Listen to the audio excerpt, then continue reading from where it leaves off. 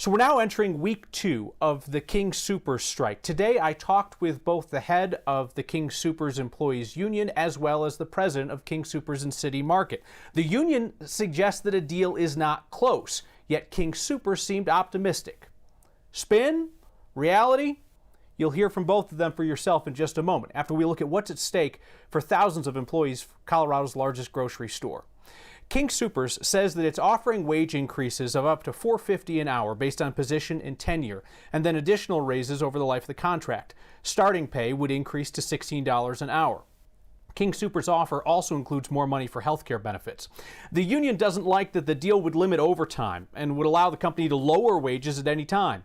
Employees are asking for armed security and safety improvements at stores after the killing of 10 people at the store in Boulder last year. And the union's asking for an easier path to full-time jobs and better health benefits and pension security. An economic roundtable survey of Kroger workers nationwide found that the majority of them were food insecure. They were worried about how they were going to pay for their next meal. The company has dismissed that survey as misleading. But UFCW local president Kim Cordova told me that that concern is at the root of what they feel is disrespect and a disconnect. Our workers do the heavy lift, do all that essential work, providing the services that our neighbors, our communities need, right? They do all the work. But instead of sharing that success, they take that money to Wall Street and then paint this picture that it's the workers' fault. How dare those serfs ask for a livable wage? How dare them speak up about food insecurity or the fact that they're homeless? It's so shameful that King Soopers has food pantries in their stores. They don't stock it. Those food pantries are for workers to share what little food they have with each other. If the proposal from King Soopers right now is so bad, why not let your union members vote on it? Are you concerned that they might take the deal? No, not at all. So the strike is over unfair labor practices, which the company has not settled. Negotiations obviously play a part into some of this, that we're in the middle of contract negotiations.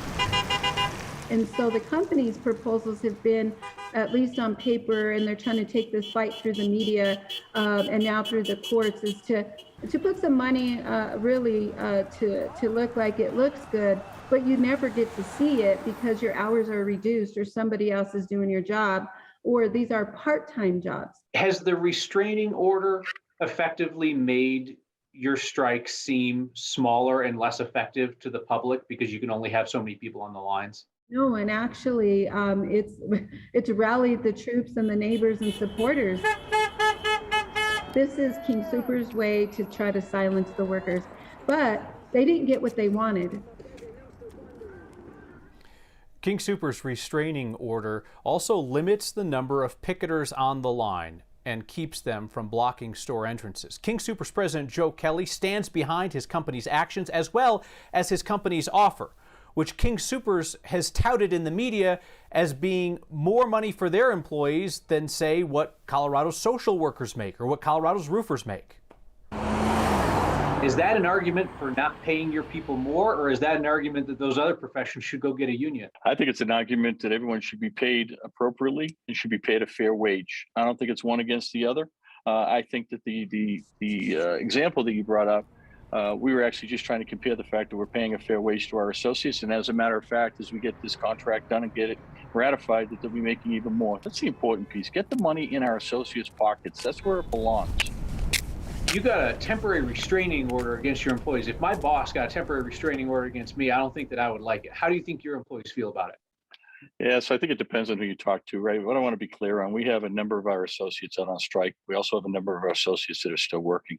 We also have hundreds of people that have come in from outside of Colorado from other unions. First and foremost, the reason that we have the order, and clearly the court agreed with us, is our first obligation is the safety of our associates and the safety of our customers. And there were some activities that were happening that the court agrees were unlawful and certainly unsafe. Colorado's got a lot of places they can go to shop for groceries. Do you have any concerns that there's going to be lasting ill will toward King Soopers as a result of how Coloradans perceive this going down? When you change people's shopping habits, there's always a risk that they won't come back. So yes, I'm concerned. What I will tell you is we're going to do everything in our power to get all of our customers back and welcome them and hopefully they'll come in and they'll celebrate with our associates being back to work. That's just a little bit of our longer conversations today. You can see my full unedited discussions with UFCW Local 7 President Kim Cordova and King Soopers President Joe Kelly on the next YouTube page.